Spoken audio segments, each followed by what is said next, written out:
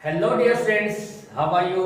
I hope that you will be fine. So आपका एक बार फिर से आपके अपने YouTube channel Career Launcher Academy पर स्वागत है। बहुत सारे बच्चों ने डिमांड की कि कुछ ग्रामर के टॉपिक शॉर्ट ट्रिक से करवाए जाएं। तो जैसा आप व्हाइट बोर्ड पे लिखा है active voice and passive voice, जो कि ऐसा इंपॉर्टेंट टॉपिक है हर एक एग्जाम में जिसको पूछा जाता है, चाहे वो जॉब का हो या किसी भी क्लास से रिलेटेड हो। तो ये टॉपिक हर एक क्लास में हर एक एग्जाम के अंदर आता है। सो ये जो आज का हमारा जो लेक्चर होने वाला है, ये जो बच्चे जॉब की तैयारी करते हैं और पैसिव वॉइस में उनको कंफ्यूजन है, या जो बच्चे किसी भी क्लास में पढ़ते हैं और उनको लगता है कि मुझे पैसिव वॉइस नहीं आ सकते या उनको पैसिव वॉइस नहीं आते हैं, तो आज मेरी गारंटी है कि हम इसकी ऐसी शॉर्ट ट्रिक सीखेंगे जिससे आप कभी भी पैसिव वॉइस को नहीं भूल पाएंगे। अगर आपने ये आज का लेक्चर देखा तो ये मेरी गारंटी है। तो पहले थोड़ी सी कॉमन बात कर लेते हैं एक्टिव पैसिव के बारे कि एक्टिव क्या होता है, पैसिव क्या होता है। ये आपकी वीडियो रिलेटेड है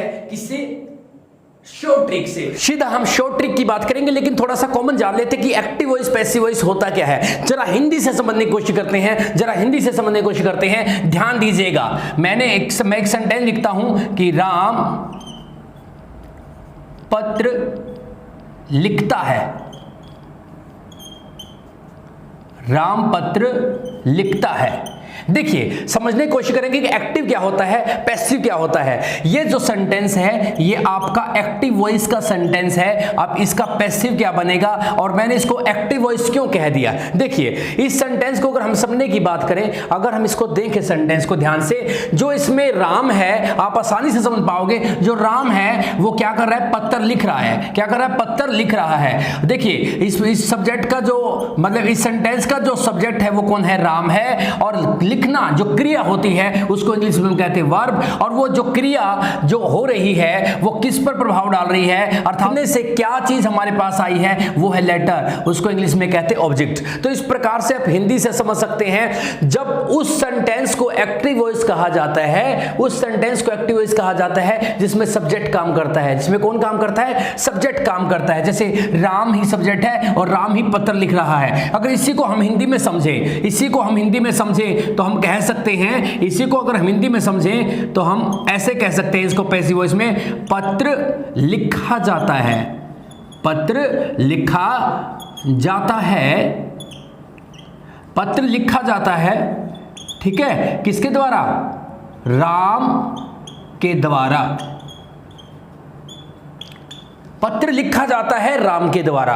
तो आप देखिएगा अब क्या हुआ, अब भी काम राम ही कर रहा है, पत्र राम ने ही लिखा है। लेकिन इस सेंटेंस की अगर सब्जेक्ट की बात की जाए तो इस सेंटेंस का सब्जेक्ट क्या हो गया है? पत्र। और लिखना क्या हो गया यहाँ पे? हमारी क्रिया वर्ब। और राम यहाँ पे क्या बन गया है? ऑब्जेक्ट बन गया है। ठीक है, तो इसका मतलब आप यहां से समझेंगे कि पैसिव वॉइस में क्या होता है। पैसिव वॉइस में बात को पूंछ की तरफ से किया जाता है और एक्टिव वॉइस में बात को सिर की तरफ से किया जाता है। जब काम करने वाला अर्थात सब्जेक्ट सेंटेंस के शुरू में आए तो वो एक्टिव वॉइस होता है, और काम करने वाले को पीछे डाल दिया जाए और काम को ज्यादा महत्वपूर्ण दिखा दिया जाए तो उसको हम क्या कहते हैं? पैसिव वॉइस कहते हैं। इतना ध्यान रखना है आपने। बस मैंने ये सेंटेंस इसलिए लिखा कि आपको समझ में आ जाए कि एक्टिव पैसिव में क्या करते हैं। पहला तो हम समझे, एक मैं स्ट्रक्चर लिखता हूं सिंपल। हमारे पास पहले आता है कैसा? एक्टिव वॉइस में हमारे पास पहले क्या आता है? सब्जेक्ट आता है। क्या आता है? सब्जेक्ट आता है। फिर हमारे पास मान लीजिए हेल्पिंग वर्ब आती है, उसके बाद हमारे पास वर्ब आती है, और उसके बाद हमारे पास क्या आता है? ऑब्जेक्ट आता है। कुछ बेसिक चीजें यहां से हमने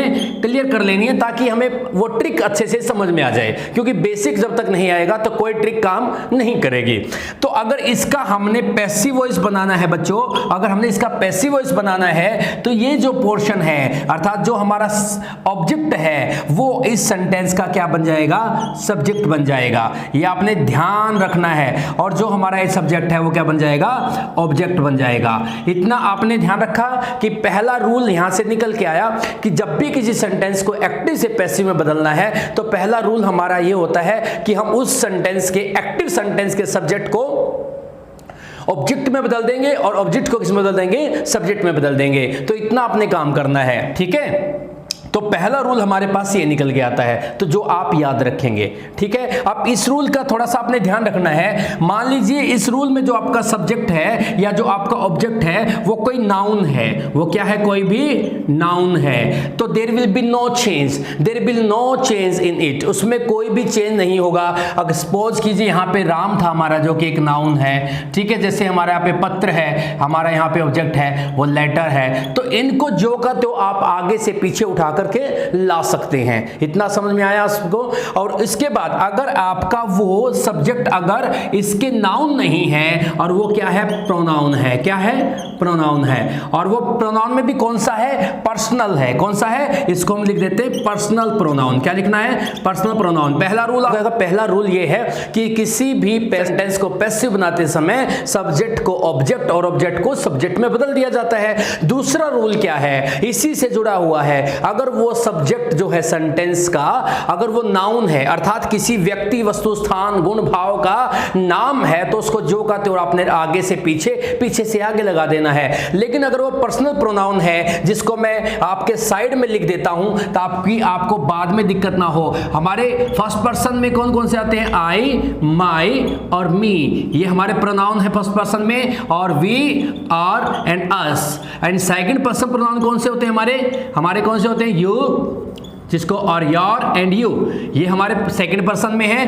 थर्ड पर्सन में हम लेते हैं ही, सी, इट और दे, ये हमारे थर्ड पर्सन है, और आगे इनके हम केस बना देते हैं, इनको हम कहते हैं प्रोनाउन के केस। करके आपको टेंशन लेने की आवश्यकता नहीं है, सब कुछ समझ में आएगा, बस आप बने रहिए इस वीडियो में मेरे साथ, ठीक है। तो आपको ये ध्यान रखना है, ये आपको ध्यान रखना है, क्योंकि आज मैं ज्यादा गहराई वाली बातें नहीं करने वाला हूं, बिल्कुल कॉमन बातें करूंगा, क्योंकि शॉर्ट ट्रिक में बताना है तो आसानी से समझ लेना। जब भी आपको ध्यान रखना है बच्चों, अगर हमारा सब्जेक्ट या ऑब्जेक्ट बेटा जो होता है वो नाउन नहीं है और वो प्रोनाउन है, वो इनमें से है, अर्थात ये आपने याद रख लेने, प्रोनाउन है, जिसको नहीं भी आते तो कोई दिक्कत नहीं है, इनको याद कर लेना, बहुत थोड़े से हैं। तो इसमें क्या आपने करना है, जो पहले नंबर पे आता है उसको हम बोलते हैं नॉमिनेटिव, बीच वाले को पॉजेसिव, लास्ट वाले को ऑब्जेक्टिव। अगर ये भी नहीं याद होता तो आपने ध्यान रखना है कि पहले वाले को लास्ट वाले में चेंज करते हैं और लास्ट वाले को पहले वाले में चेंज करते हैं। अर्थात अगर किसी सेंटेंस में आई आया है तो उसको मी में चेंज करना है, और मी आया है तो आई में चेंज करना है। कुछ बच्चे सोचेंगे सर बीच वाले का क्या होगा, बीच वाला कभी चेंज नहीं होगा, ये जिसके साथ आता है, क्योंकि ये पॉजेसिव एडजेक्टिव है बच्चों, पॉजेसिव एडजेक्टिव है, ये आएगा विशेषता बताने के लिए। जैसे माकर, और मैं इसको कह दूं माई माकर, तो माई को माकर से अलग नहीं कर सकते, ये जहां भी आएगा उसके साथ, जिसके साथ आया है उसके साथ चिपका हुआ आगे चला जाएगा और चिपका हुआ पीछे चला जाएगा, जब आप सब्जेक्ट को ऑब्जेक्ट या ऑब्जेक्ट को सब्जेक्ट बनाएंगे। तो पहला रूल आपको यहां से पता चला, ये ध्यान आपने रखना है। अगर प्रोनाउन का पता चल गया कि अगर प्रोनाउन हमारा सब्जेक्ट या ऑब्जेक्ट है तो, और वो भी पर्सनल प्रोनाउन है, तो कैसे चेंज करना है।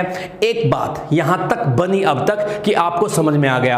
आगे जो आपको याद रखना है वो देखिए ध्यान से, वो क्या करना है आपको, नेक्स्ट कि आपको हमेशा याद रखना है पैसिव बनाते समय, आपको पैसिव बनाते समय आगे क्या ध्यान रखना है, आज हम जल्दी से बहुत कुछ सीखने वाले हैं। आपको याद रखना है कि आपके पास सेंटेंस में कोई भी वर्ब आई हो तो आपको हमेशा पैसिव जो होता है ना, पैसिव वॉइस जो होता है, उसमें आप हमेशा वर्ब की थर्ड फॉर्म लगाएंगे। कौन सी फॉर्म लगाएंगे, वर्ब की थर्ड फॉर्म का यूज करेंगे, इतना आपने ध्यान रखना। सेकेंड रूल याद कर लिया। पहला रूल आपको सब्जेक्ट को ऑब्जेक्ट, ऑब्जेक्ट को सब्जेक्ट में बदलना है। अगर हमारा सब्जेक्ट या ऑब्जेक्ट क्या हो, प्रोनाउन हो, तो आपको पता है कि आपको नॉमिनेटिव को ऑब्जेक्टिव में बदल देना, ऑब्जेक्टिव को नॉमिनेटिव में, यानी कि पहले नंबर वाले को लास्ट वाले में चेंज कर देना है और लास्ट वाले को पहले वाले में चेंज कर देना। इसके बाद सेकंड रूल हमारा आया कि हमें हमेशा पैसिव वॉइस में, एक्टिव वॉइस में चाहे वर्ब की कोई भी फॉर्म दी गई हो, लेकिन पैसिव बनाते समय हमें उसमें हमेशा वर्ब की थर्ड फॉर्म लगानी है। ये आ गया आपका, इतना आपको ध्यान रखना है, ठीक है। आप मेन जो चीज मैं आपको बताने वाला हूं वो ध्यान रखनी है। अब आता है सुपर धमाका इस लेक्चर का, अब आता है सुपर धमाका, जिसकी तरफ बच्चों का कभी ध्यान नहीं जाता, भटकते रहते हैं कि मुझे प्रेजेंट इंडेफिनिट के पैसिव बनाने हैं, फिर कॉन्टिन्यूस के बनाने हैं, फिर परफेक्ट के बनाने हैं, ठीक है। इस प्रकार से वो ना टेंसेस में उलझे रहते हैं और पैसिव को एक नजर से नहीं देखते हैं। तो आज आपका नजरिया पैसिव के प्रति बिल्कुल बदलने वाला है, और आज जो मेन चीज है वो आपको ध्यान रखनी है कि वर्ब की कितनी फॉर्म होती हैं। बच्चों से पूछा जाता, बच्चे कहते हैं 3, लेकिन 3 नहीं होती हैं। अब ध्यान से देखिए कितनी फॉर्म होती हैं और हम कैसे उसका यूज करते हैं और हमें क्या चाहिए। अब तीसरा पॉइंट हमारा आने वाला है, हमें एक बी वर्ब है, आपने सुना होगा बी मैंने होना, यस बिल्कुल सुना होगा। बी से बना है is am are, is am और आर, ठीक है। और उसके बाद हमारा नेक्स्ट आता है बी से ही बना है, बी से और क्या बना है, वॉज एंड वर, वॉज व, ठीक है। और उसके बाद इसके आगे क्या बना है, इसे बी से ही बना है आपका, क्या बना है, बीन बना है। और क्या बना है, इसी से आपका बीइंग बना है और इसी से आपका क्या बना है, टू बी बना है। तो आपको सामने मैंने वर्ब की फॉर्म लिखी, इस बी को हम कहते हैं बेस फॉर्म, ये हमारी फर्स्ट फॉर्म, ये हमारी कौन सी फॉर्म, सेकेंड फॉर्म, और ये हमारी कौन सी है, थर्ड फॉर्म है, और ये कौन सी फॉर्म है, फोर्थ फॉर्म है, और ये कौन सी है, फिफ्थ फॉर्म है। कई बच्चों को कंफ्यूजन हो सकता है यहाँ पे कि ये बेस और फर्स्ट में क्या अंतर है। बेस का नेचर फर्स्ट फॉर्म से बिल्कुल अलग है, अर्थात जहां बी आ सकता वहां इज एम आर नहीं आ सकता, जहां इज एम आर आ वहां बी मन नहीं आ सकता। तो ये टोटली एक दूसरे से डिफर, इसमें ज्यादा टेंशन लेने की आवश्यकता नहीं है। बेस फॉर्म के बारे में भी आपसे बात की जाएगी। तो आपका जो तीसरा धमाका है, अब सुनिए ध्यान से, आपने कहा सब्जेक्ट को ऑब्जेक्ट बनाएंगे, ऑब्जेक्ट को सब्जेक्ट बनाएंगे, लेकिन हर जगह नहीं होता, लेकिन आज वाले लेक्चर के लिए ठीक है, आगे इसको डिटेल में बताएंगे।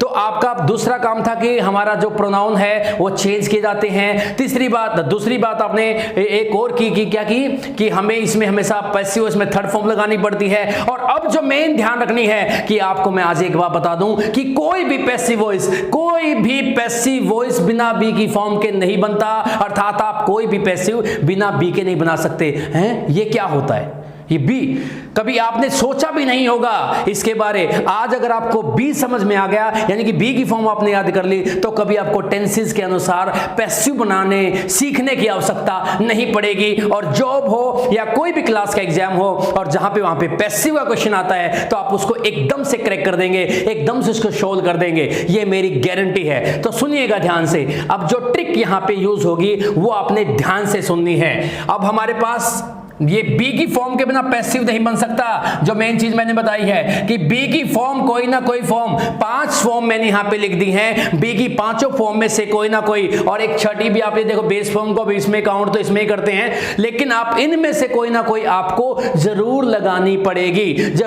पड़ेगी, ठीक है। तो इसका मतलब एक मैं एक्टिव वॉइस लिखता हूं जिसमें सब्जेक्ट काम करता है। देखिए, she is watching TV, She is watching TV।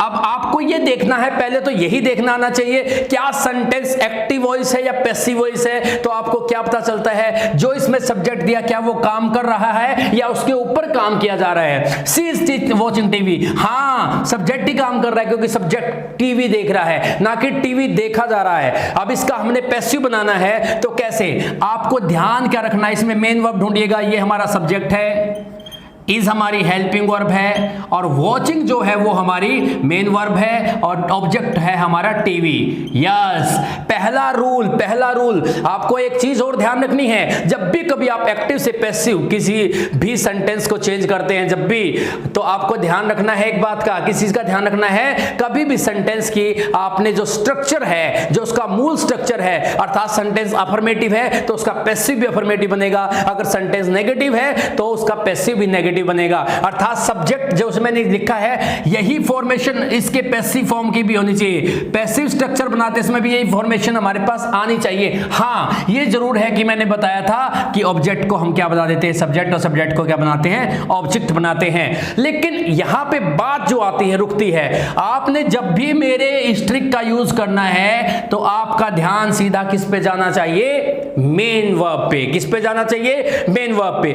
आपको सेंटेंस के बाकी शब्दों से कोई खास लेना देना नहीं है, बस वो तो करना ही पड़ेगा। सब्जेक्ट को ऑब्जेक्ट, ऑब्जेक्ट को सब्जेक्ट तो बनाना पड़ेगा, उसके अनुसार आपको हेल्पिंग वर्ब भी देनी पड़ेगी। बाकी सारा झगड़ा हमारा किसके साथ है, मेन वर्ब के साथ है, मेन वर्ब के साथ है। ध्यान दीजिएगा, आपने क्या किया, ऑब्जेक्ट हमारा क्या है, टीवी है। क्या है हमारा, टीवी है। इससे हमारा हेल्पिंग वर्ब से कभी कोई झगड़ा रहता ही नहीं पैसिव वॉइस में। हाँ, इतना जरूर हो जाता है, अगर सब्जेक्ट सिंगुलर की बजाय प्लूरल हो जाता, यहाँ पे टीवीज होता, तो मैं इसका यहाँ पे आर कर देता, अर्थात इनके ग्रुप में से, इज एमआर का एक ग्रुप उसमें से एक ले लेता, वॉज वर का एक ग्रुप उनमें से एक ले लेता, यानी कि सब्जेक्ट सिंगुलर प्लूरल होने से उसी ग्रुप की वर्ब हेल्पिंग वर्ब मैं ले लेता, उसी ग्रुप में से मैं कोई हेल्पिंग वर्ब ले लेता, लेकिन और बाकी कोई चेंज ना करता। तो टीवी सिंगुलर है तो हमारा इज जो का तो आ जाएगा। आप देखिएगा फॉर्मेशन चेंज नहीं हुई, सब्जेक्ट की जगह सब्जेक्ट आ गया है, हेल्पिंग वर्ब की जगह पे हेल्पिंग वर्ब आ गई है। अब आज वो शब्द आ गया है जिसके साथ पैसिव वॉइस में हमारा झगड़ा रहता है, जिसको चेंज किए बिना हम पैसिव वॉइस बना ही नहीं सकते। तो दोस्तों, मित्रों, साथियों, प्यारे बच्चों, ध्यान दो इस बात पे। आप देखिए आईएनजी लगी हुई इस फॉर्म के साथ, तो आप ये देखिए बी की किस वर्ब के साथ ये मैच करती है। तो कोई भी बच्चा बता सकता सर बीइंग के साथ आईएनजी लगा हुआ है, यस और नो, यस और नो, यस। देखिएगा तो यहां पे आईएनजी लगा है ना, तो आपके पास जो मेन वर्ब होती है, हमें उसको, हमारा तरीका ही ये है, शॉर्ट ट्रिक ये है कि उस वर्ब को बी की फॉर्म के साथ चेंज करना है। आपको सिर्फ और सिर्फ बी की फॉर्म याद करनी है according to their form, first form second form के अनुसार। तो हमने यहां पे बी, इसकी वॉचिंग की जगह पे क्या लगाया है, बीइंग लगाया है। और याद कीजिए मैंने क्या बताया था कि पैसिव वॉइस में हमारे पास कोई भी वर्ब की फॉर्म दी हो, हम उसकी थर्ड बनाते हैं, और जिसको हम रिप्लेस करते हैं उसके में क्या बनानी पड़ेगी, थर्ड बनानी पड़ेगी। क्या बनानी पड़ेगी, वॉज्ड। और देखिएगा जब भी आप सब्जेक्ट को जोड़ते हैं वर्ब के बाद, किसके बाद जोड़ते हैं, वर्ब के बाद, जो नया सब्जेक्ट बनेगा, जो असली सब्जेक्ट है, ठीक है, जिसको हम ऑब्जेक्ट के रूप में यूज कर रहे हैं, तो उसके साथ में क्या लगाना पड़ता है, बाय लगाना पड़ता है 99%। हाँ, कुछ चांसेस में या तो लगता ही नहीं, ऑब्जेक्ट ही नहीं लगता है, या कुछ अदर इसके बाय के अलावा भी कुछ हमारी प्रेपोजिशन लग जाती हैं, वो अलग से बता दी जाएंगी, क्योंकि ज्यादा टेंशन नहीं लेनी है, वो बहुत कम आती हैं। उसके बाद देखिएगा सी है, मैंने इधर देखा सी को हम किस चीज में चेंज करेंगे, लास्ट वाला सी का क्या होता है, हर।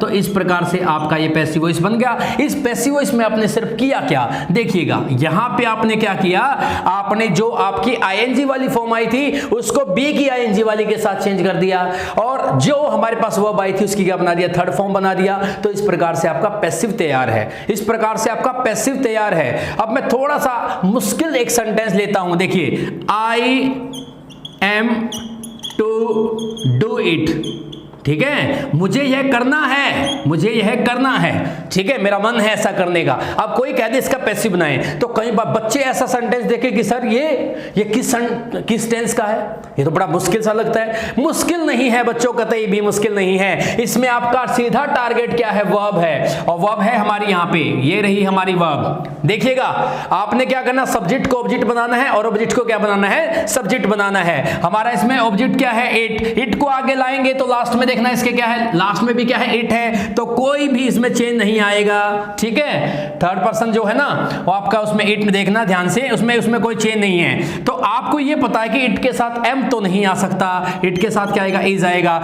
यानी कि सब्जेक्ट की जगह सब्जेक्ट, हेल्पिंग वर्ब की जगह हेल्पिंग वर्ब, झगड़ा है मेन वर्ब से। अब देखिएगा बी के साथ ही किसके साथ मिलती है, कौन सी ऐसी बी की फॉर्म इसके साथ टू आता हो, एक ही है टू बी, कौन सी है, टू बी। तो आप उसको हटा करके यहां पे क्या लगा देंगे, टू बी, और जिसको रिप्लेस किया वर्ब को उसकी बना देंगे थर्ड फॉर्म। डू की थर्ड फॉर्म होती है डन, और बाई, और आई का क्या बनेगा, आई देखो किसमें चेंज होता है, मी में, किसमें चेंज होता है, मी में। बहुत अच्छे बच्चे, किसमें चेंज होगा आपका, ये मी में चेंज हो जाएगा। इस प्रकार से आपका पैसिव बन जाएगा, it is to be done by me, यह मेरे द्वारा किया जाना है, यस, मुझे यह करना है और यह मेरे द्वारा किया जाना है। बात में थोड़ा सा अंतर तो है, लेकिन उस अंतर की बात के लिए एक अलग वीडियो बनाई जाएगी। जो एडवांस लेवल का पैसिव वॉइस सीखना चाहते हैं, कोई टीचर है, कोई और साथी है, तो उनके लिए एक अलग वीडियो बनाई जाएगी। ये आज है सिर्फ शॉर्ट ट्रिक उन बच्चों के लिए जो किसी भी एग्जाम में पैसिव वॉइस का क्वेश्चन सोल्व करना चाहते हैं, या वो बच्चे जिनको पैसिव वॉइस से डर लगता है, एक बार उनको ईज, आराम महसूस हो कि पैसिव वॉइस तो कुछ है ही नहीं, या तो सारा झगड़ा बी की फॉर्म का है। किसका है, बी की फॉर्म का झगड़ा है। और एग्जांपल से प्रूव करते हैं, सेंटेंस का स्ट्रक्चर चेंज कर लेते हैं। अभी तक मैंने जो भी एग्जांपल दिए वो सारे के सारे कौन से हैं, अफर्मेटिव सेंटेंस के हैं, और ये थोड़ा सा हमारा थोड़ा अलग तरह का सेंटेंस था, इसका भाव अलग था, अफर्मेटिव सेंटेंस अफर्मेटिव ही है। सो आगे हम देखते हैं कि क्या ये सब पे लागू होता है ऐसा, यस बिल्कुल होता है। अब देखिए,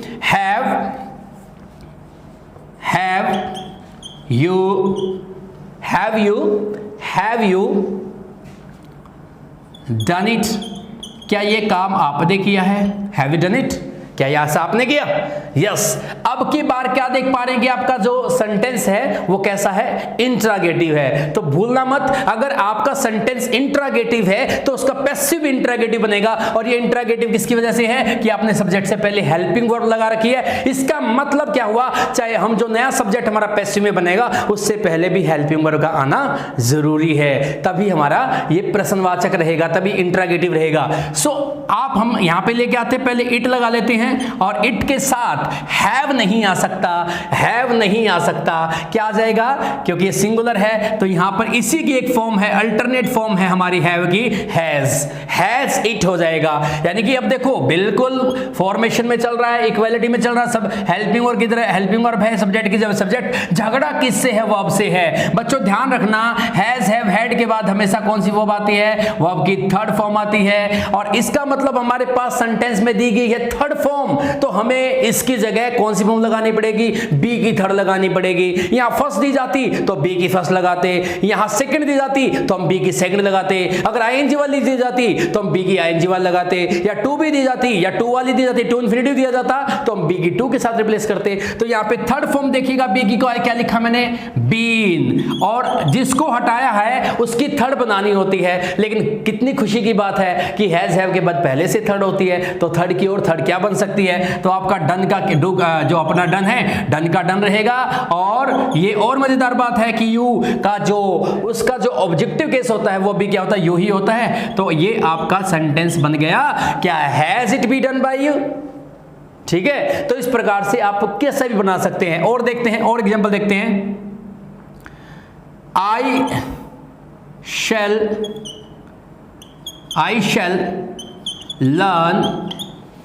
shall learn my lesson. I shall learn my lesson. मैं अपना पाठ याद करूंगा, मैं अपना पाठ याद करूंगा।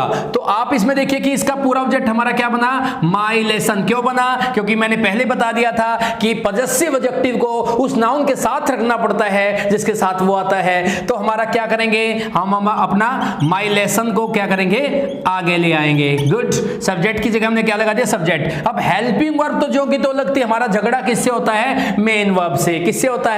मेन वर्ब से। लेकिन क्या है कि आई और वी के साथ सेल आता है ना, तो हम इतना चेंज तो कर ही सकते हैं कि आपस में जो अल्टरनेटिव फॉर्म होती हैं, जैसे इज एम आर, सबके साथ अलग अलग तरह से आती हैं, तो आई वी के साथ सेल आता है, तो यहां पे हमारा क्या हो जाएगा? सेल की जगह विल हो जाएगा। ठीक है, अब हम यहां पे देखिएगा वर्ब की कौन फर्स्ट फॉर्म है? ये हमारी फर्स्ट फॉर्म है, याद रखना फर्स्ट फॉर्म है। लेकिन आपको यहां पर एक ध्यान रखना है, जितने भी हमारे क्या होते हैं? मॉडल्स एक्सिलरी होते हैं, वो अपने बाद में हमेशा कौन सी फॉर्म लेते हैं? बेस फॉर्म लेते हैं। अर्थात हमें यहां पे फर्स्ट फॉर्म लगानी है, बी की फर्स्ट लगानी है, लेकिन बी की फर्स्ट में इजेमार नहीं लगा सकते। क्या लगाना पड़ेगा? बेस फॉर्म लगानी पड़ेगी। क्यों? मॉडल्स का क्या रूल है कि वो अपने बाद में कौन सी फॉर्म लेते हैं? बेस फॉर्म लेते हैं। तो हमें तो इसको रिप्लेस करना था फर्स्ट के साथ, बेस के साथ रिप्लेस कर दिया। ओके, और इसकी हमें थर्ड बनानी पड़ेगी। जिसको हम रिप्लेस करते हैं उसकी हम कौन सी फॉर्म बनाते हैं? थर्ड बनाते हैं, और बाई लगाना ही पड़ेगा, और मी आई का क्या बन जाएगा? मी बन जाएगा। इस प्रकार से आप क्या बना सकते हो? पैसिव चेंज कर सकते हो। किसी भी टेंस से रिलेटेड आप पैसिव फॉर्म में किसी भी सेंटेंस को आप चेंज कर सकते हो। और सिर्फ आपको क्या याद रखना है? ट्रिक क्या याद रखनी है कि सब्जेक्ट को अपने क्या बनाना है? ऑब्जेक्ट बनाना है, ऑब्जेक्ट को सब्जेक्ट बनाना है, इतना ध्यान रखना है। आज की क्लास तक इतना रखना है। बहुत सारे ऐसे सेंटेंस स्ट्रक्चर भी होते हैं, वो मैं अगली वीडियो में आपको बताऊंगा, जिसमें सेंटेंस का सब्जेक्ट जो का त्यों भी रहता है, ऐसा हम चेंज नहीं करते हैं। ठीक है, तो आपको ध्यान रखना है। अब तक जो मैंने बताया है कि मोस्टली ऐसे ये लगाइए कि 99% तो आपका ये कवर हो गया। 1% थोड़े अलग तरह के डिफर होते हैं सेंटेंस, उनको हम करेंगे। तो आपको ध्यान रखना है, पहला याद रखना है सब्जेक्ट का ऑब्जेक्ट बनाओ, ऑब्जेक्ट का सब्जेक्ट बनाओ। ठीक है, वर्ब की कौन सी फॉर्म लगाओ? थर्ड फॉर्म लगाओ। अगर सब्जेक्ट ऑब्जेक्ट में प्रोनाउन आया है तो उसको नॉमिनेटिव के इसको ऑब्जेक्टिव में बदलो, ऑब्जेक्टिव को नॉमिनेटिव में बदलो। ठीक है, और ये होने के बाद मेन चीज जो आपको याद रखनी है, आपको बी की सभी फॉर्म याद करनी है। अगर हमें किसी सेंटेंस में फर्स्ट फॉर्म आई है तो बी की फर्स्ट के साथ चेंज कर दो, सेकंड आई है तो बी की सेकंड के साथ, थर्ड आई तो बी की थर्ड के साथ, फोर्थ फॉर्म आई है तो बी की फोर्थ फॉर्म के साथ, और फिफ्थ आई तो हमारी बी की किसके साथ?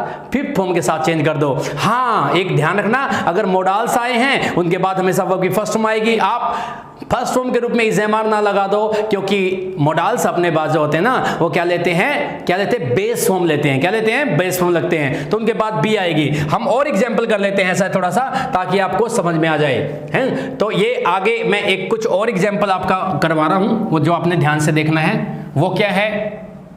Can I use your pen? Can I use your pen? Okay, ये भी हमारा इंट्रोगेटिव है, लेकिन ये भी मोडाल से है। यस। सो आप पहले हमारा सब्जेक्ट क्या बनेगा, आपको ध्यान रखना, योर पेन, क्योंकि योर, फिर आपका कौन सा पॉजेसिव एडजेक्टिव आ गया, जो उस नाउन के साथ ही रहता है जिसके साथ वो आता है, क्योंकि यह काम किसका करता है? विशेषण का। और विशेषण जिस शब्द के लिए आता है, जिस नाउन के लिए आता है, उसके बिना वो मर जाता है, उसको उसके साथ रखना मजबूरी है। ठीक है, तो ध्यान रखें। आपको ये आगे आप लेके आओगे तो आपका जो सब्जेक्ट बनेगा नया, वो बनेगा योर पेन। क्या बनेगा? Your pen. लेकिन सब्जेक्ट तो आ गया, लेकिन यहां स्ट्रक्चर क्या कहता था? स्ट्रक्चर में चेंज नहीं करना, ध्यान रखना, स्ट्रक्चर वही रहेगा। आपको कैन की जगह कैन ही लगाना पड़ेगा, क्योंकि कैन तो किसी के साथ भी आ सकता है। I can, you can, they can, she can, he can, we can, ये किसी के साथ आ सकता है। इससे ऐसा कोई पर्सन से इसका कोई लेना देना नहीं है। ठीक है, तो ये किसी के साथ आ सकता है। ये स्ट्रक्चर ठीक हो गया। अब हमारे पास देखिए यहाँ पे वो की फर्स्ट फॉर्म आई है, लेकिन फर्स्ट फॉर्म तो है, हम first form is am are नहीं लगा सकते, क्योंकि मोडाल्स तो ये कहते हैं कि हमारे पास कौन सी फॉर्म आनी चाहिए? बेस। तो हमारे पास बी की बेस क्या है? खुद बी है। ठीक है, और उसके बाद अपना जो यूज अपनी फर्स्ट फॉर्म थी, इसकी थर्ड बना देंगे, ये हो जाएगी यूज्ड और बाय मी। ठीक है, अभी आपकी इसमें प्रोनाउंसिएशन क्या होती है? It is not used, it is used, it is used. ठीक है, आज के बाद ध्यान रखेंगे कि इसको हम क्या बोलते हैं? यूज बोलते हैं। ठीक है, तो इस प्रकार से आप किसी भी सेंटेंस का पैसिव बना सकते हैं, या किसी भी वर्ब को पैसिव फॉर्म में चेंज कर सकते हैं। बस शॉर्ट ट्रिक किसकी है? ये बी की, जो आपको याद रखनी है। सो मैं उम्मीद करता हूं दोस्तों, साथियों, मित्रों, प्यारे बच्चों, कि आज ये शॉर्ट ट्रिक वाली वीडियो आपको बहुत पसंद आई होगी। और अगर आपको ये वीडियो पसंद आई है तो प्लीज लाइक जरूर करें, इससे हमें एक मोटिवेशन मिलता है कि हाँ, हमें लाइक करने वाले, देखने वाले लोग हैं। और अगर आपको ये वीडियो पसंद आई तो लाइक, जैसा कहा, लाइक जरूर करें, और इसको अपने दोस्तों के साथ शेयर करें। और अगर आपने चैनल को सब्सक्राइब नहीं किया है तो अपने इस चैनल को सब्सक्राइब करें। और अगली वीडियो जो डिटेल में जानना चाहते हैं पैसिव वॉइस को, तो आप हमारे कमेंट बॉक्स में लिख सकते हैं। डेफिनेटली मैं उसको और एलोबरेटली, बहुत एक अच्छे तरीके से और करवाया जा सकता है। जो साथी इसको चाहते हैं कि हमें ए टू जेड जानना है, किसके बारे? वॉइस के बारे। तो जो भी बच्चे, जो भी साथी आज इस वीडियो को देख रहे हैं, इसका ज़्यादा से ज़्यादा फायदा उठाएं और इस शॉर्ट ट्रिक को यूज करें। जो रेस्ट पार्ट इसका जल्दी से लेके आएंगे, उस अगली वीडियो तक आपसे लेते हैं विदा। और तब तक आप सभी का इस वीडियो को देखने के लिए बहुत बहुत धन्यवाद। जय हिंद, जय भारत।